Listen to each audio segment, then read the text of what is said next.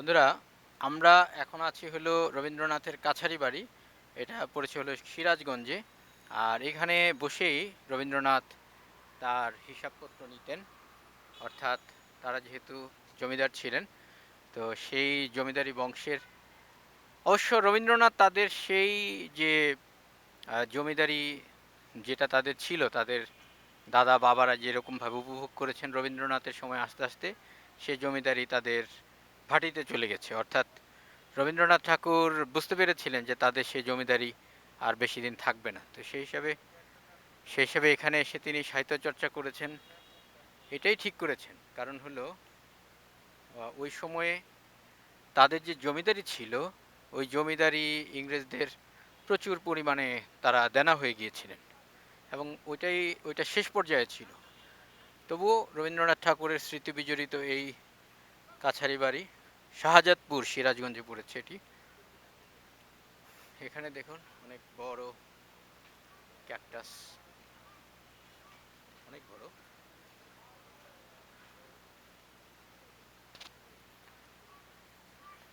অবশ্য এখানে কেউ এখন করোনাকে পাত্তা দিচ্ছে না, কারো মুখে মাস্ক নাই। আমরা তিনজন এলিয়েন এখানে আছি, আমাদের মুখেই কেবল মাস্ক।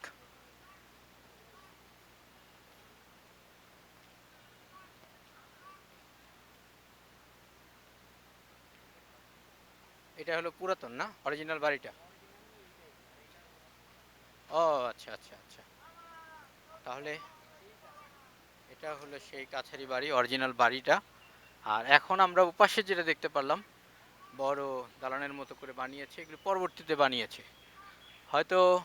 এগুলো এটা হলো সে আগের বাড়িটা, পুরাতন বাড়িটা। আর এখন যেগুলো এই পাশে যেগুলো বানানো হয়েছে, এগুলো হচ্ছে নতুন করে বানানো হয়েছে। এটা কত সালে বানানো? এটা কে বানিয়েছিল? আচ্ছা আচ্ছা, সেও ভালো এখানে। ও বড় না? ওই পাশ ওগুলো, ওগুলো কাদের ওই পাশের গুলো? আচ্ছা, তার মানে এই যে এগুলো যেগুলো দেখতে পাচ্ছেন, এগুলো হচ্ছে সেই ঘর, মানে কাছারি বাড়ি মানে আমরা এখন যে ড্রয়িং রুম বলি, আমরা যেটাকে ড্রয়িং রুম বলি, ওই সময়ে বা গ্রামাঞ্চলে সেটাকে কাছারি ঘর বা কাছারি বলা হয়। এখনো পর্যন্ত গ্রামগঞ্জে সেটাকেই কাছারি বলা হয়। তার মানে ড্রয়িং রুম, বা বলতে গেলে যেখানে এসে মেহমানরা এসে বসে, তার মানে খাজনা টাজনা দিতে আসার জন্য মানুষ এখানে এসে বসত। আমি এগুলোর সঠিক ইতিহাস ধরে বলছি না, আমি হয়তো ওভারঅল একটা কথা বলে যাচ্ছি। যারা ইতিহাস ভালো জানেন, প্লিজ ডোন্ট মাইন্ড। আর মানে অনুমান ভিত্তিকই বলছি, কারণ স্পেসিফিক কোনো তথ্য দেখে বলি নাই, কারণ আমরা এখানে আসার আগে আমরা প্ল্যান করে আসি নাই যেখানে আসবো। এখানে আমরা সিরাজগঞ্জে আসার পরেও জানতাম না যেখানে আসবো। আর আমাদের ট্যুরগুলো এরকম হুটহাট হয়, ট্যুরটাকে আমরা খুব এনজয় করি। অর্থাৎ এখানে কোনো একটি বিষয় দেখার জন্য, বা কোনো একটি বিষয় তুলে ধরার জন্য যে যাওয়া, সেটা আমাদের হয় না। মূলত আমরা নিজেরাই এন্টারটেইন করি। অর্থাৎ এই ভ্রমণটা, হাঁটা চলা ঘোরা, এটাকেই আমরা মূলত এনজয় করি। বাড়িটা ছোট নয়, বেশ মোটামুটি জায়গা আছে বড়। এই যে এটা পরবর্তীতে বানানো হয়েছে, এই যে বড় যে বিল্ডিংটা যেটা দেখতে পাচ্ছেন, এখানে এখন আপাতত নামাজের জন্য বিরতি চলছে। যদিও রবীন্দ্রনাথ নামাজ পড়তেন না, কারণ তিনি মুসলমান ছিলেন না। কিন্তু এখন যেহেতু যারা চালায় তারা যেহেতু মুসলমান, সেই হিসাবে তারা নামাজের বিরতি দিয়েছেন, বা লাঞ্চেরও ব্রেক বলতে পারেন, দুটো মিলিয়েই বলা চলে। বিরতি চলছে, একটু পরে আমরা জাদুঘরে প্রবেশ করব, যদি আমরা এতক্ষণ থাকি আর কি। আর না থাকলে দুঃখিত, চলে যাব, কারণ ঘোরাটাই হলো মূল উদ্দেশ্য। আর এখানে নিশ্চয়ই পুকুর হবে, পানি আছে কিনা জানি না। আচ্ছা, এটা পুকুর হতে পারে, আবার নাও হতে পারে, মানে এখান থেকে মাটি কেটে নিয়ে ওটা ওই পাশটুকু উঁচু করা হতে পারে, কারণ এখানে ওইভাবে করে কোনো ঘাটলা বা কিছু দেখা যাচ্ছে না। সবই বলছি অনুমান ভিত্তিক, যা দেখছি তাই বলছি, মানে এটার উপরে কোনো স্টাডি করে আসা হয় নাই, বা এটার উপরে তেমন কোনো জানাশোনাও আমার নাই। পরে ভাই যে দেখেন নতুন করে গাছ লাগানো হবে, এই জন্য সুন্দর মাটি, সার এগুলো আর কি, গোবর মিশ্রিত মাটি, এগুলোতে ভালো ফলন হবে। ফলন বলতে এই যে গাছ সুন্দর করা হয়েছে, বিউটিফিকেশন করা হয়েছে, এগুলো প্রত্নতত্ত্ব মন্ত্রণালয়ের এবং সংস্কৃতি মন্ত্রণালয়ের অধীনে এই নতুন বিল্ডিংটি বানানো হয়েছে।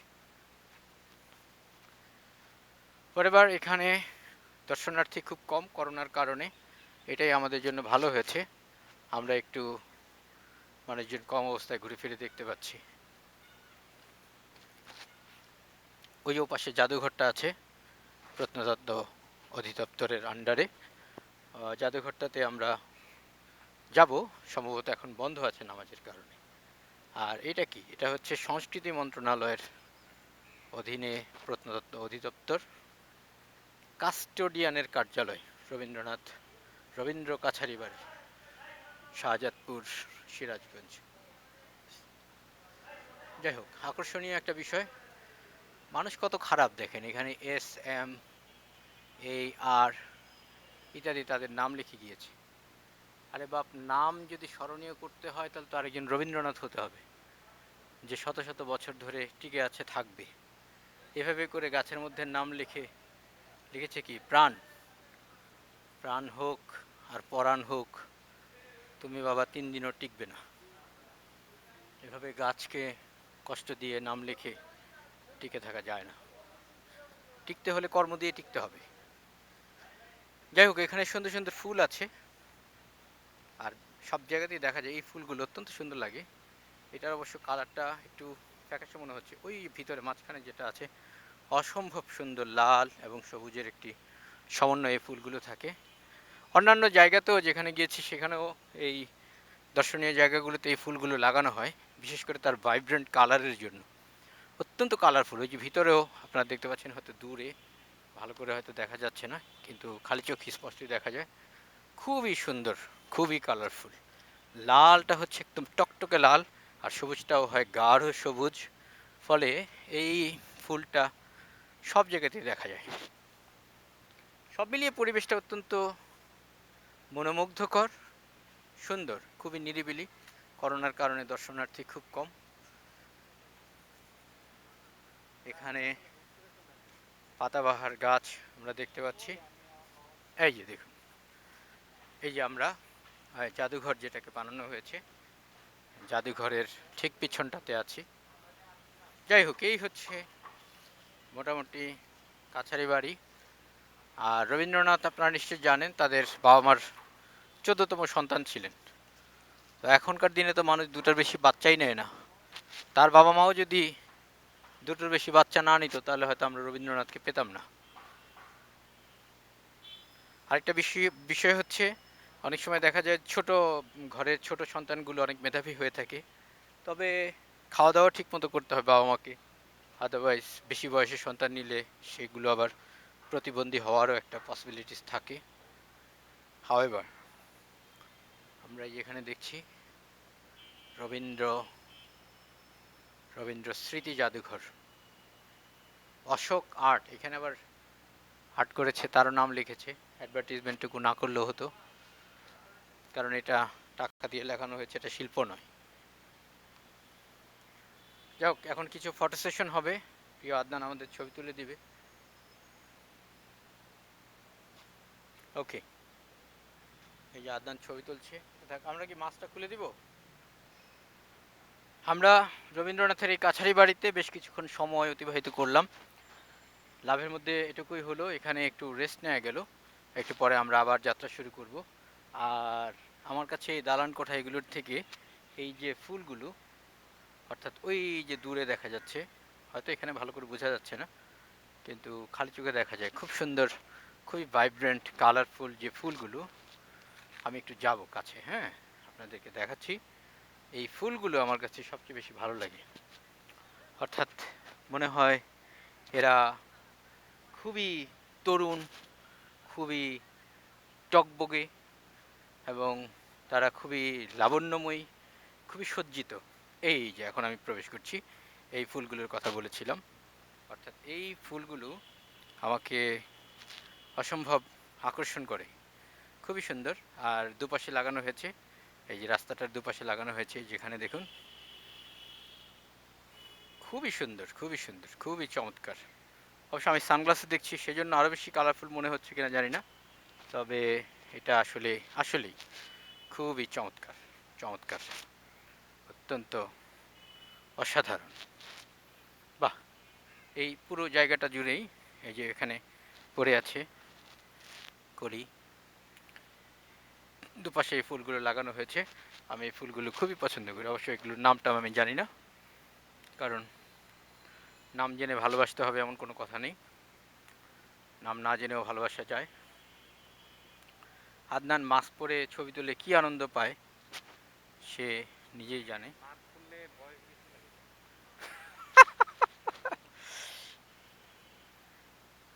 একজন একসঙ্গে ৩০ জনের অধিক দর্শনার্থী জাদুঘরে প্রবেশ নিষেধ। ওকে, আমরা যাব না। এখানে অবশ্যই একটা ছবি তোলা দরকার ছিল, একটা সেলফি, এখানে একটা সেলফি হতে পারে। ওই যে ওখানে এটা কি ডুমুর চালতা বা এই জাতীয় কিছু একটা ফল, এটা কি ফল, এটা এত বড়?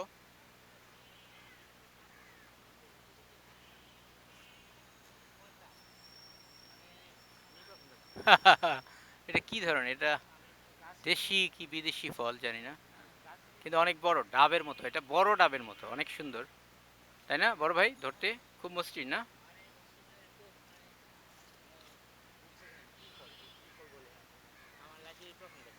আচ্ছা,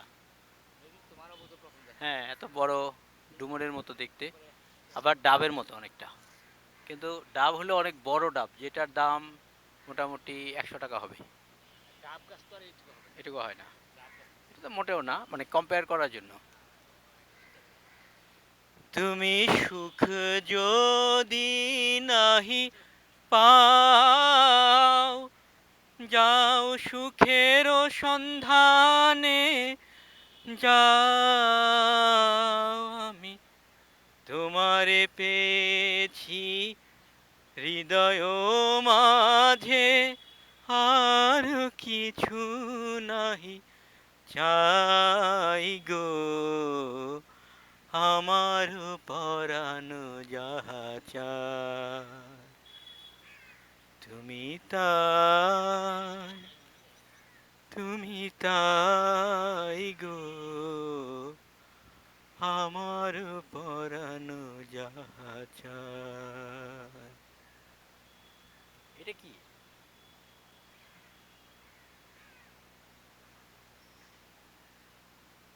এইটা অক্টোপাসের মতো কিছু একটা বানানো হয়েছে আর কি। এটা কি নিম গাছ, এই যে বড় এটা?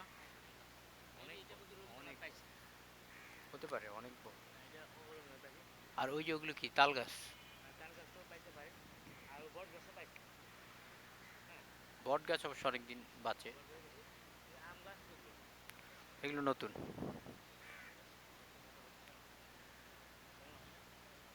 হ্যাঁ, এগুলোর বয়স বেশি হয় না। আম গাছ, অনেক সুন্দর সুন্দর আম গাছ। আমি তোমার বিরহে রহিব বিলীন, তোমাতে করিব বাস, দীর্ঘ দিবস দীর্ঘ রজনী, দীর্ঘ বরষ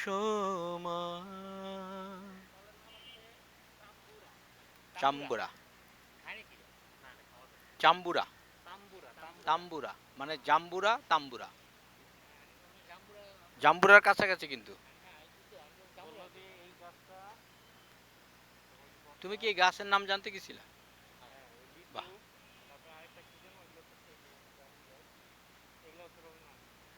বাহ বাহ বাহ। রঙ্গন রঙ্গন না? ও আচ্ছা, সুন্দর।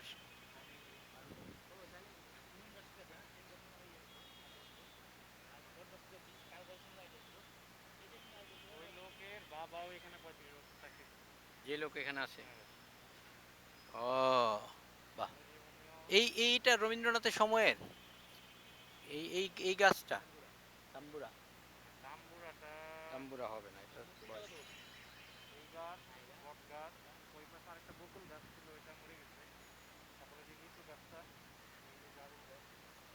আমাদের আমাদের এখনো তো কত লেজেন্ডারি ফিগার আছে যারা এখনো জীবিত, আমরা তো দেখতে যাই না, বা দেখতে যাওয়া উচিত, বা দেখে এক নজর দেখে রাখা দরকার, কারণ এটা এটা কালের সাক্ষী, রাইট। এই যে আমাদের এখন তো রুনা লায়লা বেঁচে আছে, তারপরে হানিফ সংকেত আছে আমাদের। হ্যাঁ হ্যাঁ গেছিলাম ওটাতে, ওটা তো আরো বড়। যদি আরো কারে ভালোবাসো, যদি আর ফিরে নাহি আসো, তবে তুমি যাহা চাও তাই যেন পাও, আমি যত দুঃখ পাই গো, আমার পরানো যাহা চায়, তুমি তাই, তুমি তাই গো, আমার পরানো যাহা চায়। আদনান, এই জায়গাটা সুন্দর, অনেক ঘাস।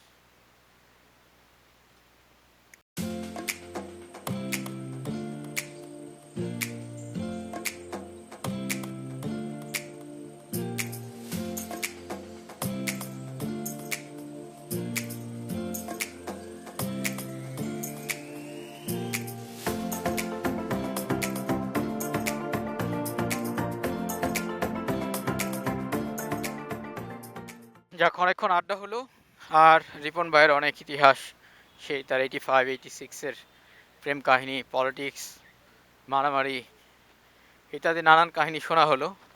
এখন আমরা আবার রওনা করব। কোনো সেন্সর টেন্সর হবে না, সব কিছু আপ হয়ে যাবে, আপনি কোনো চাপ নেবেন না বড় ভাই। পুরা পুরো সব কিছু আনকাট থাকবে, এই আনকাটের কিন্তু মজা আছে, হ্যাঁ।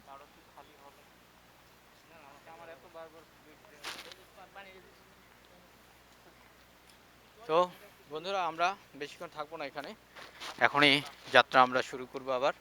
আমরা এখান থেকে যাব ফেরি পার হতে, এই ফেরিটা পার হওয়ার পরেই আমরা সেখান থেকে চলে যাব নদীর ওপারে। সন্ধ্যার আগে আগে নদীটা পার হতে পারলেই সবচেয়ে ভালো। Thank you.